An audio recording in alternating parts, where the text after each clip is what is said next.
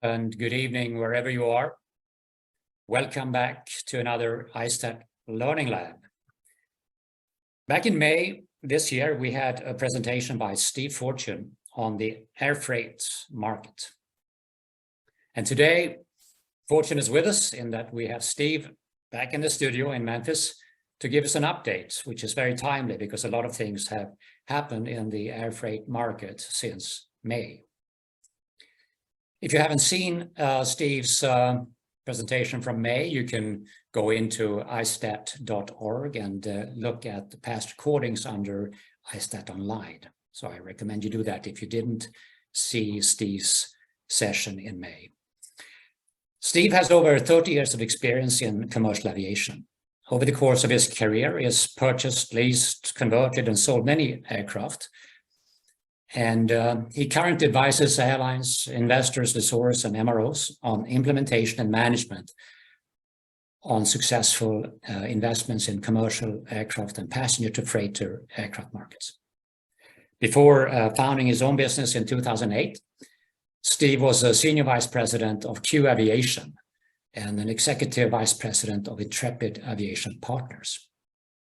He joined FedEx in 1984. And in the mid-90s, he co-founded Gemini Air Cargo. Steve is also a past president of ISTAT and a past chairman of the ISTAT Foundation. He's a graduate from MIT's Air Transport Master's Program and a retired US naval aviator. He's written many articles and spoken at many conferences on commercial aircraft markets. So before I hand over to Steve, I just want to mention that during his presentation today, you can write in questions by clicking the Q&A button at the bottom of the screen, write your questions, and to the extent we have time after Steve's presentation, I will go over those questions with Steve. And don't use the chat button, use the Q&A button, okay? And with that, I want to hand over to Steve Fortune. All right, Niels, thank you very much, and good day to all of you. I'm happy to be back in the Learning Lab, and let me cue up my presentation.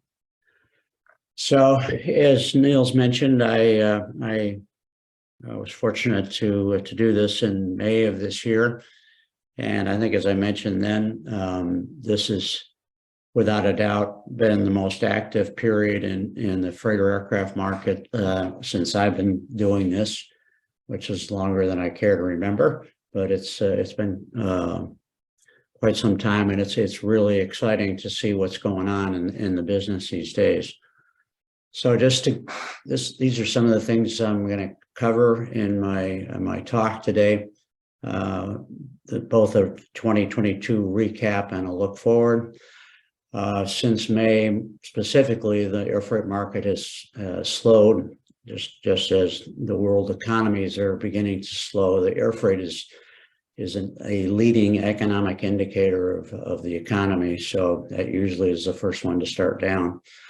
E-commerce demand is weakening, as we'll talk about Amazon a little bit. The narrow body conversion orders, which I discussed at length in May, are continuing to outpace demand. And I'll talk a little bit more about that.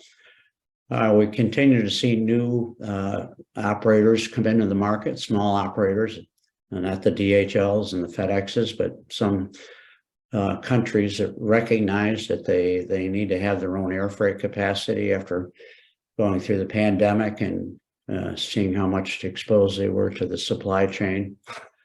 777-300 ER conversion competition has heated up with the entry of mammoth freighters. Intra-China freighter growth is continues, so it's and then the demand is shifting to wide bodies. I'll talk about that a little bit. And then the China export market, we're not quite sure where it's going. I mean, I'm reading this morning that the COVID lockdowns, they are starting to ease the COVID lockdowns, but we still have the trade restrictions and the trade issues, particularly between the U.S. and China, that could impact air freight. So just looking at the the growth that we had a spectacular year last year, as you can see on the chart on the left, but now we're turning negative. And it's affecting both domestic traffic and international traffic. And you can see in the chart on the right that the industry as a whole is down 10.6%. In the industry, when I say industry, it's mainly composed of Asia Pacific, Europe, and North America. And as you can see, all of those indicators are down. And we expect them to continue to go down in 2023 with a recovery expected in 2024. So as I mentioned, e-commerce is beginning to slow. And you can see the growth rates that are projected going forward. We had, beginning in 2021 with a 17% growth rate, declining by 2026 to 8.2%, which in most businesses that would still be considered a pretty healthy growth rate. So I'm not saying there's anything wrong with the e-commerce growth rates. I guess it's just coming down to earth with the rest of businesses as the businesses mature. But that being said, I mean, there are some parts of the world that are going to be growing at much higher rates than that, and there'll be others that are growing at much slower.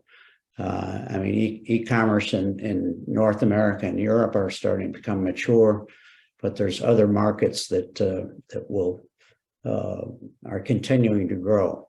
So in those other markets, I think you'll see continuing need for additional air freight capacity. Trading patterns have shifted, partly due to the pandemic and as I said, the exposure to the supply chain issues that many saw and trying to address that in their businesses. And what's happened is what's called onshoring, where manufacturers are looking for supply chains that are closer to home. For example, in the U.S., that might be Mexico or Canada, that they know they'll have less of an issue if there's a disruption in trade. In addition, China has taken a more inward focus at this point, as evidenced by Xi Jinping's election to another 5-year term and his focus. So not quite clear what that's going to mean to air freight in the long run. China has been such a significant engine of economic growth, not just for themselves, but for the rest of the world. And any change they make is going to have a profound impact on the rest of the world. So talking a little bit more about Amazon, they've got a fleet of 97 airplanes in service. 88% of that fleet are under ACMI contract. And for those that don't know it, ACMI means Aircraft Crew Maintenance and Insurance, where basically Amazon is just buying the lift from another carrier, and and they just pay a fee. It provides Amazon with flexibility. Those contracts can range, anywhere from a year to 5 years. So if they do need to flex or go down, which they haven't had to do so far, they have the ability to do that. The remaining aircraft are about 12% are owned by Amazon, and then the operator provides CMI, which is crew maintenance and insurance. A much better deal for Amazon because they get the benefit of the ownership of the aircraft, and a much more difficult deal for the operator because they're taking a lot of risk without getting those benefits of ownership. The 767-300ER feedstock is beginning to decline. So Amazon has started looking for a replacement, specifically the A330-300 as a replacement airplane. That being said, I read yesterday that United is now looking at retiring their entire 767 fleet. So not quite sure what impact that will have, but Amazon has already agreed to lease 10 A330s from Altivair, and those airplanes will be operated by Hawaiian Airlines, which may strike some of us as odd, but Hawaiian is the only U.S. operator that operates the A330. So Hawaiian is going to start a mainland operation, both in terms of maintenance and crews. So they're gearing up for that as the first airplane goes to conversion. Interesting point on those A330s. I think 4 of them have never flown before. They were built and never delivered.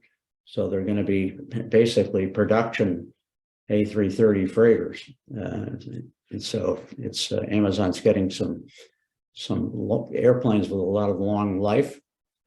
At some point, Amazon may decide to get their own air operating certificate. And that would allow them to consolidate their operations. UPS did this in the early 80s. I think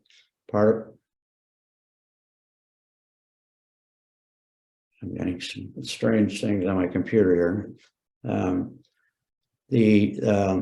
UPS, the FAA pretty much forced the US to get their own certificate in the early 80s.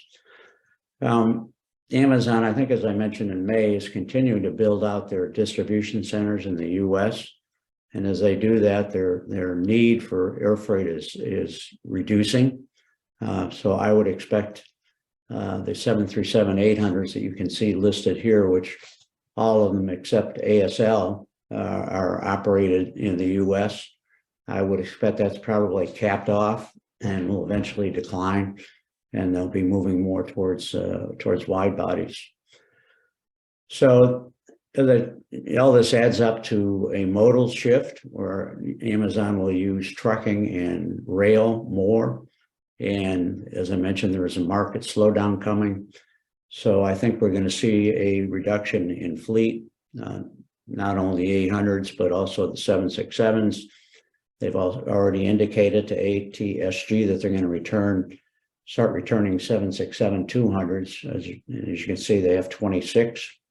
Those airplanes are pretty old, not surprising, and they really need to be retired.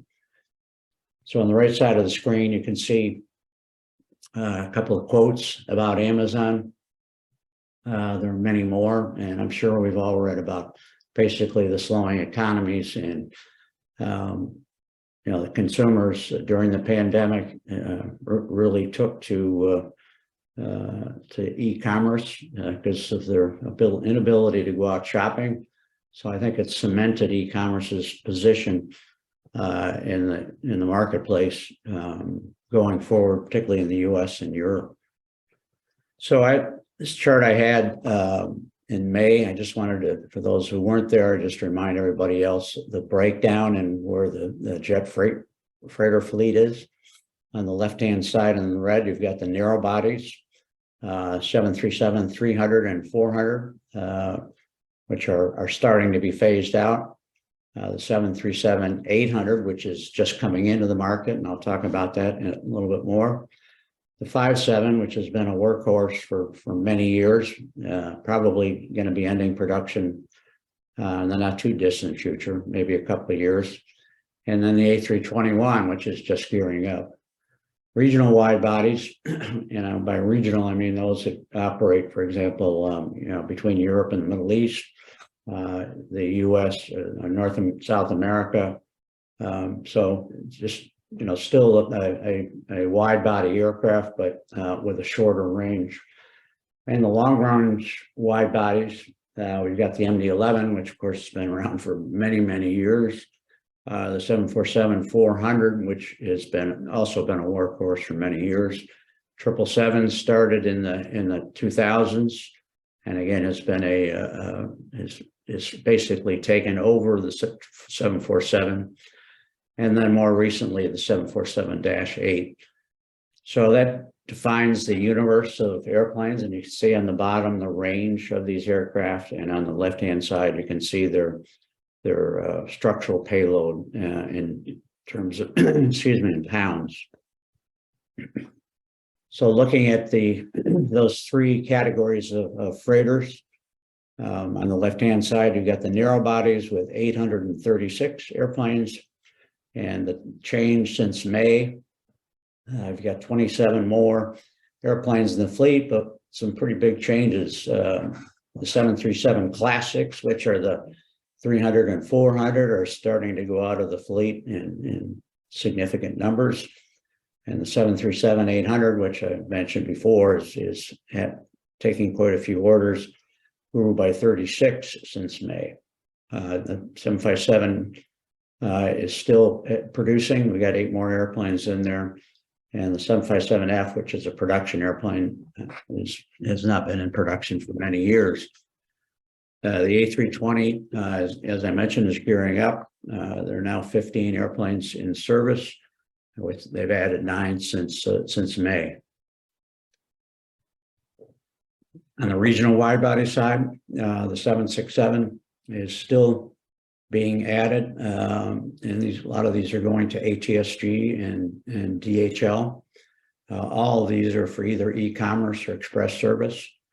The 767-300Fs are being purchased directly from Boeing by UPS and FedEx. I think that's going to continue for some time.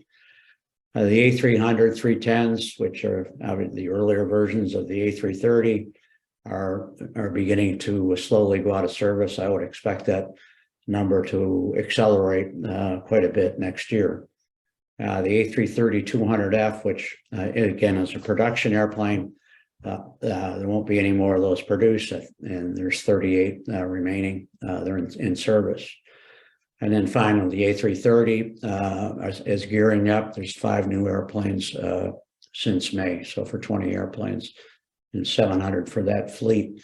On the wide body side, you've got 747-200, which amazingly, those 200s are probably 40 years old. They're still operating, but likely to go out of service soon.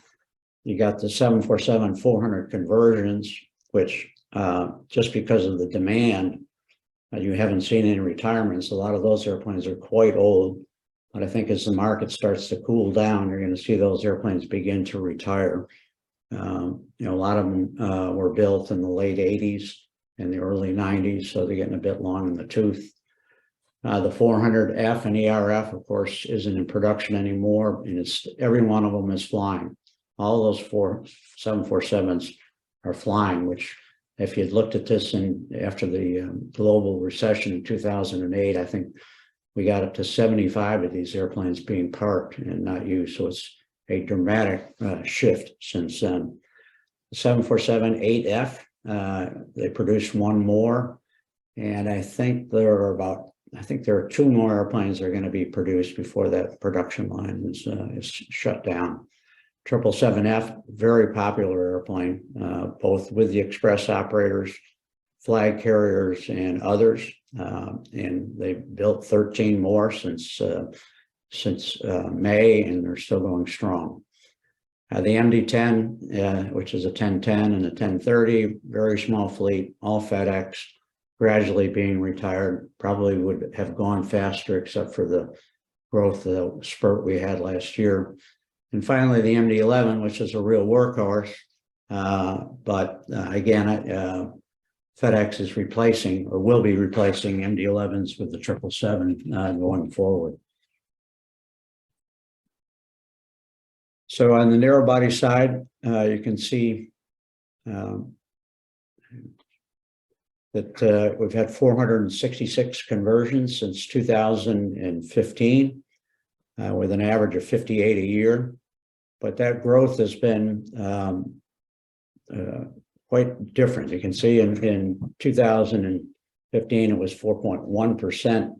And even it says 2025 on your slide, it should be 2022. It was at 55%, driven by the 737-800. The 757 is declining. As you can see, that's the yellow bar. And I think probably will wind up production or conversion by 2025. I haven't mentioned the MD-80. It's a pretty small player, but a consistent one. I think there's about 25 in service, and I think they will continue to be produced in small numbers. I mean, there's an operator in Mexico which has made good use of them, and They're a rugged, small airplane that if you don't need to interline, you can get a lot of use out of it. It's very low maintenance cost. So I think that will stay around. So despite this economic slowdown that I've been talking about, I think this rate of conversions will continue to increase in 2023.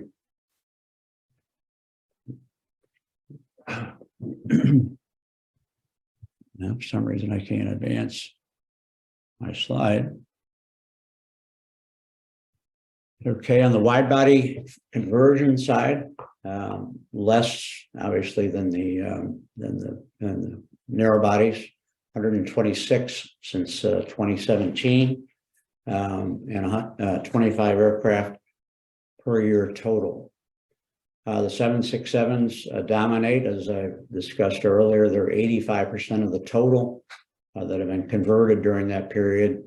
Primary customers have been ATSG, which for those of you that are not familiar with ATSG, they have a number of different operators, AOCs, plus they're a leasing company, and they have an MRO.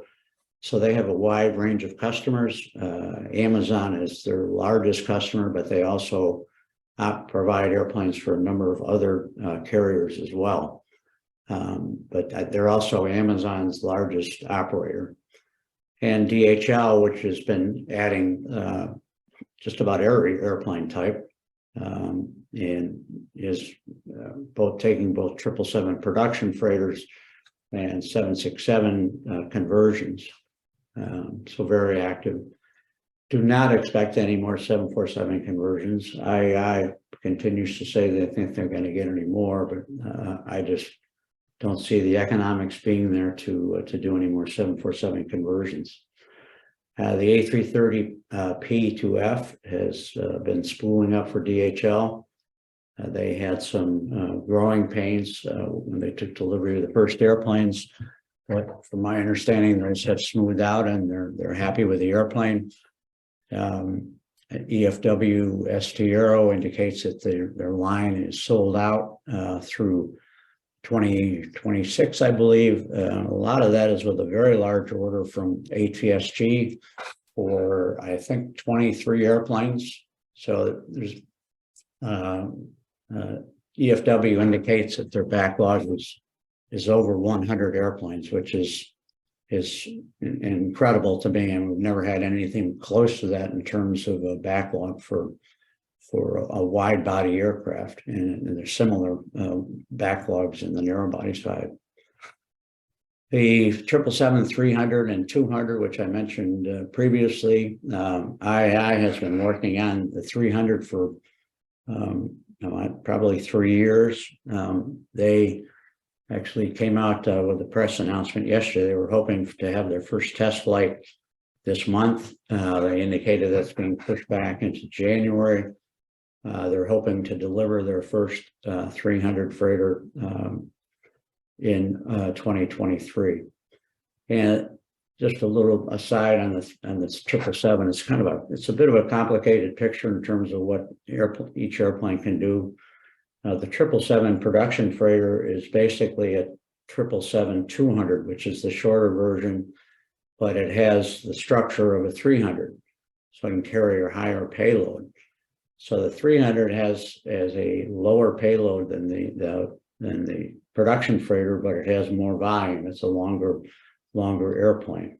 So some carriers are going to prefer it because of the volume. Others may say it's range limited or we need higher density. So it'll be interesting to see how that market develops. There's another niche category for the 777-200LR, which I think there's probably about 50 that were built, and I don't know, about 38 that are in play. Mammoth Conversions is getting the STC for that airplane. Hopefully by 2024 first delivery. It will have basically the same capability as a 777 production freighter, but at a significantly lower cost. Not surprisingly, they've sold out every 200 LR that they've been able to acquire or other customers have brought to them. So there's just a handful of those airplanes left that are in play that could be converted, but again, a very good freighter. I'm sure a lot of people now are wishing that they had built a lot more 200 LRs. So the bottom line on the wide body conversion side, that the rates are increasing, but my expectation is that it's still insufficient to meet the demand out through 2027 or 28. 2023 is not going to be an issue just because of the expected recession, but as the market recovers, I think all the available wide bodies are going to be flying to meet the demand. So on the production side of freighters, these are all wide bodies. There are no narrow body production freighters. We've had 206 built since 2016, 41 deliveries on average. 99% of those are Boeing. We had the small sliver of Airbus A330-200s. They're all self-financed, whereas on the narrow body side, there is a significant presence of operating lessors who are converting their airplanes in the hopes of leasing them out to freighter operators. So as you can see, the production has been dominated by the 777.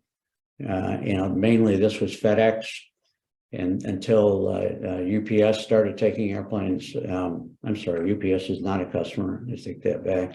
DHL has started taking airplanes, and some of the other operators have also increased their orders.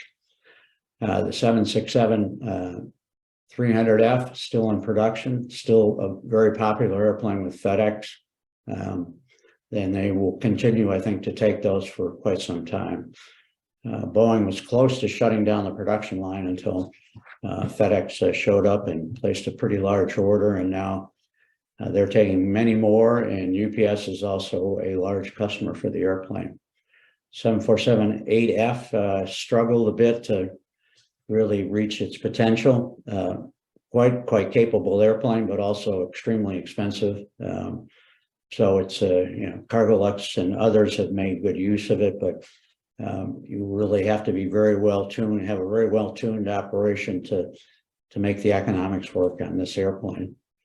And then finally, the A330-200, which you can see last one was built in 2017, and Airbus has ended production on that airplane.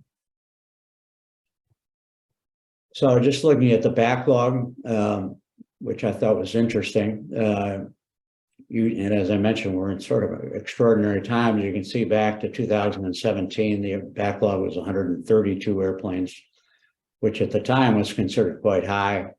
It kind of went up and down in the 100s, and we're now at 215, which we're almost double where we were in 2017, which again I think it's an indication of the significant demand in the market.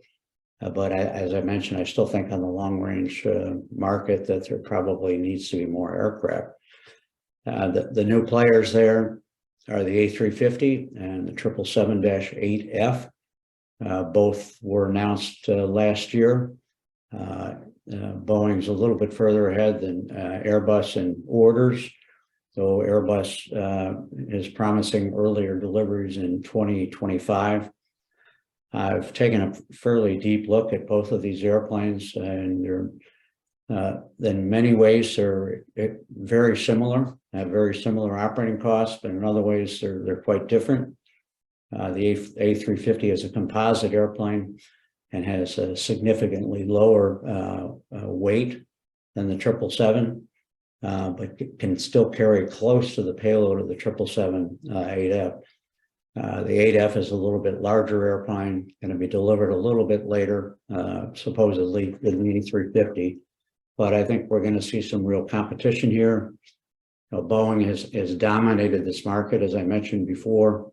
So Airbus is the new player. They've been able to capture some of their larger existing customers. and are working hard to displace Boeing in some of the other markets. Cargolux has opted for the 8F, but others like Air France are going to go for the A350F. So still paper airplanes in some sense. The specs that have been released are not final, but both of them are, just to give you a reference point, both of them basically carry the same payload as the 747-400 with significantly lower fuel burn, 2 engines instead of 4 engines, 2 pilots. I mean, everything. I mean, they're new generation aircraft and will be in the market for many, many years. So, and then you can see the backlog on the other aircraft, and I think this 777 and the 767 will continue to be produced in numbers. And I have the order book here. You can see for the next few years on the bottom, it starts with the remainder of 22, 6 airplanes remain to be delivered. And I think fortunately for many of the operators, 23, there's only 35 aircraft to be delivered. As I mentioned, it's probably going to be a pretty slow year. And then the market picks back up again in 2024 with the largest orders being the 777F, followed by the 767. So on the A350F, as you can see, comes in. I've got it in 26 here. I've seen some places where it said they're going to deliver earlier than that. So I'm not indicating that this is an accurate number, since when you're doing these production aircraft, as in the case with conversions, the dates can move around quite significantly. So then as you get further out, I mean, the orders obviously get smaller, since operators don't book that far out. On the narrow body conversion side, so as I mentioned before, the narrow body market is competing with road and rail in Europe, in the US, and Canada specifically, less so in Asia, obviously, in the Middle East and Africa, but it is road and rail are probably 90% cheaper than carrying by air. So it's obviously pretty strong competition. So anytime a shipper can ship by road or rail and meet their objectives, they will do so. And that's one of the reasons, as I mentioned, that Amazon builds out distribution centers and then stocks them as needed, so that they don't have to, overnight goods by air to meet their needs. The 737NG is expected to be the dominant platform. I think there's already over 100 airplanes that have been converted, and a significant number more that'll be are in the pipeline. But we're already seeing a supply and demand imbalance on this airplane. It's just a number of the large operators have taken the NG, and as I mentioned, there's a lot of small freight operators that are taking, 1 or 2 aircraft. But we're already seeing airplanes on the ground, freshly converted airplanes that are sitting on the ground looking for a home. Lease rates have started to decline. So it was bad this year. I think it's going to be a lot worse next year. But it will depend on economic activity. But that being said, it's the growth rate just doesn't match what the demand growth rate is. So I think that the slowdown will put further pressure on the NG, in addition to the fact that they're being overbuilt. A321, by virtue of the fact that it was a little bit later coming to the market, won't suffer as much. They've got a pretty strong backlog, nothing like the 737, and they're more slow to ramp up, which I think is going to be a good thing. Hopefully, their full production rates, I don't think will probably be reached until sometime in after 2023. And I'll talk about in a minute. There's there's more than one converter for this airplane, and they're ramping up.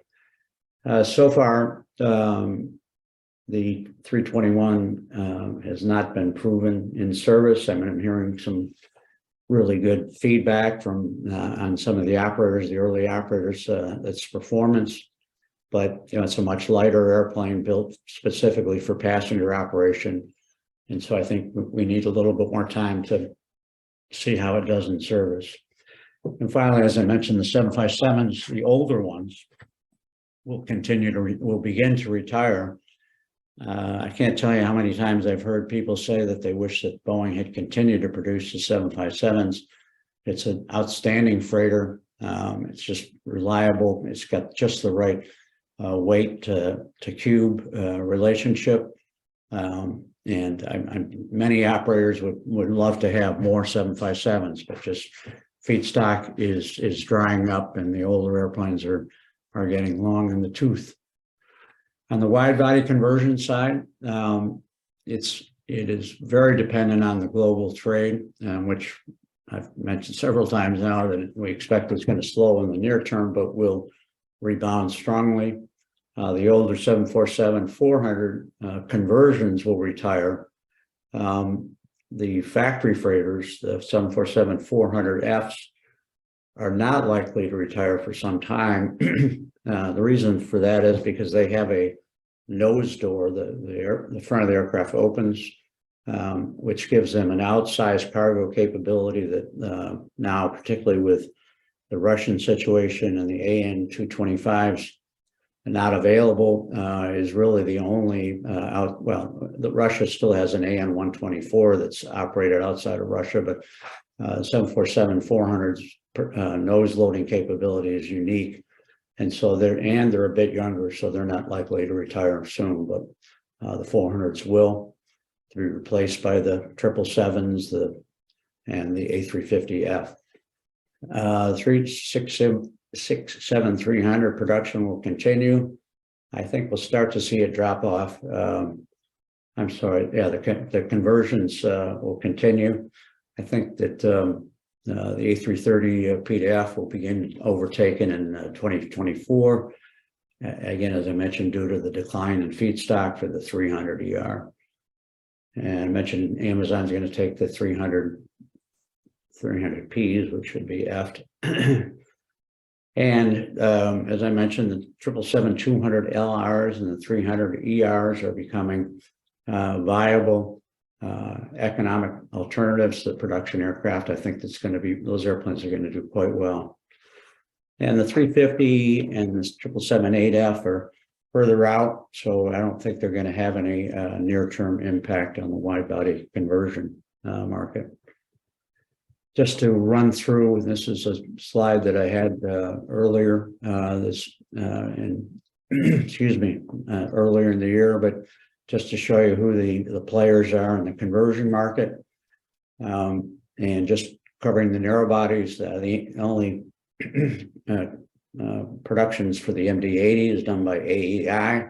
They also do the 737 Classics, and they're a major player in the NG. Boeing does the NG and has done quite well with it, and did just a handful of 57s. They're really not a major player in that airplane. C-Cubed is working on the A320. They have a prototype and expect to receive their certification on the 320 next year, and then begin on the 321. EFW has certificated both the 320 and the 321. I haven't talked much about the 320. It's a very capable airplane, obviously smaller than the 321.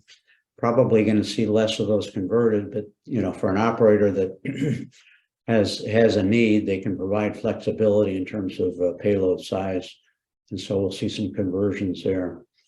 IAI is converting the 737s, not in great numbers, a pretty small operation. PEMCO is a 737 conversion outfit, also quite a bit smaller than the others. Precision, major player in the 757, the player really in the 757 market. They're still producing, and they are in the A320 market, 121 market, and just spooling up there. So, and then finally signed Draco, which has a prototype in work, wants to produce 321. Their product is more geared towards the Chinese market. And then on the wide body side, conversions, Boeing is doing the 767s, is being very competitive with IAI, which is also doing the 767. EFW is the only conversion house right now for the A330. As I mentioned, they just got started. IAI has indicated that they're working on a 330 conversion. And expect to bring an airplane to market in a couple of years. II is also a major conversion house for the 767. And as I mentioned earlier, they're doing the 777-300ER. Mammoth is a new player, just came in the market about a year and a half ago, starting out with a 200LR, and then following that with the 777-300ER. And finally, NIAR, which is a joint venture between the government in Kansas and Wichita, I believe State University, has one airplane, a prototype in the hangar, and is working on the conversion of that airplane.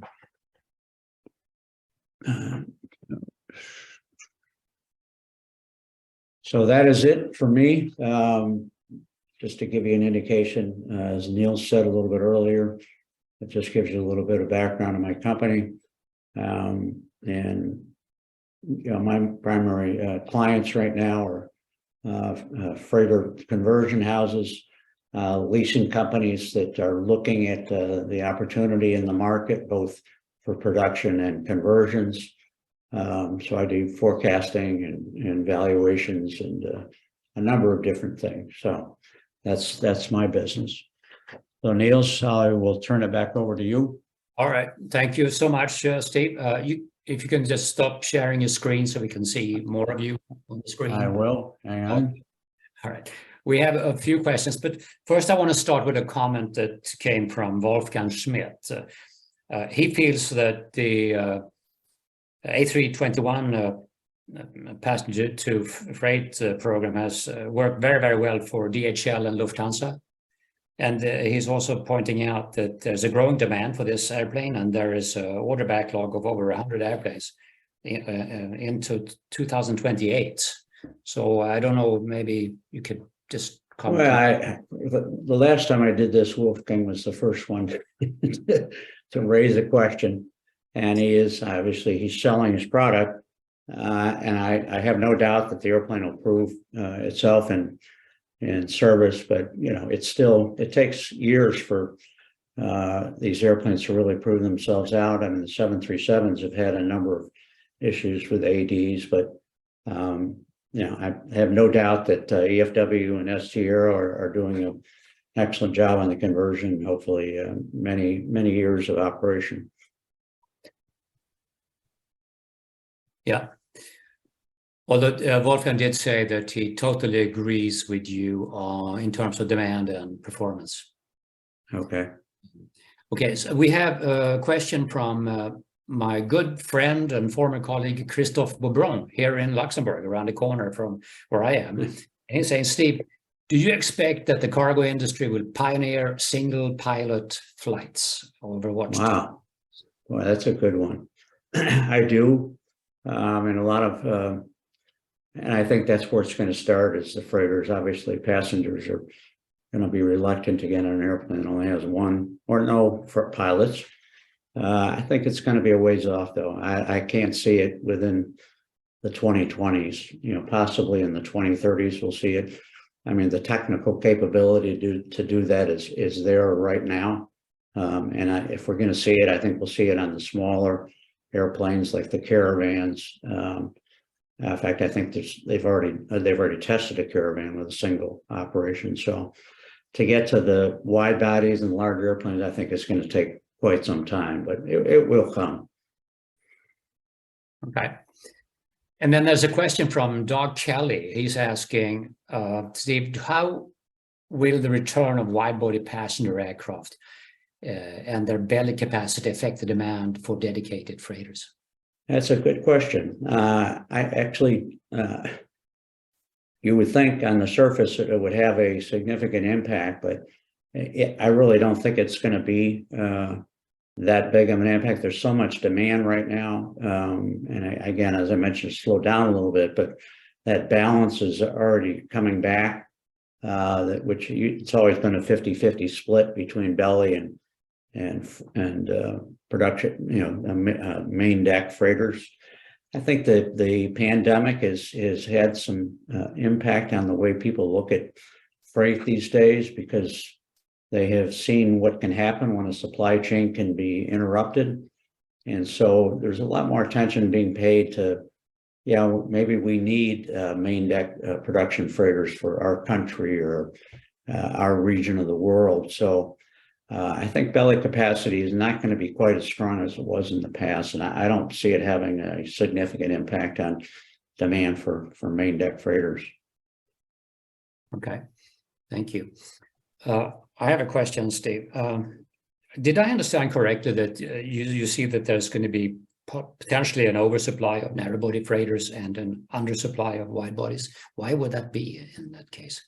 Well, as I mentioned, the too many conversions. I mean, the market was. I mean, what happened is the pandemic hit. Lessors were faced with having 800s returned to them. Of course, now the 800 PAX market has improved again, but they had a lot of airplanes that are wondering what to do with. The 737-800 conversion market was just starting to take off, and I think a lot of them said, well, let's look at the freighter side. And so just a lot of airplanes got built, more than the market could accept. In the beginning, they did well. GCAS was the first one out of the gate, had very good lease rates.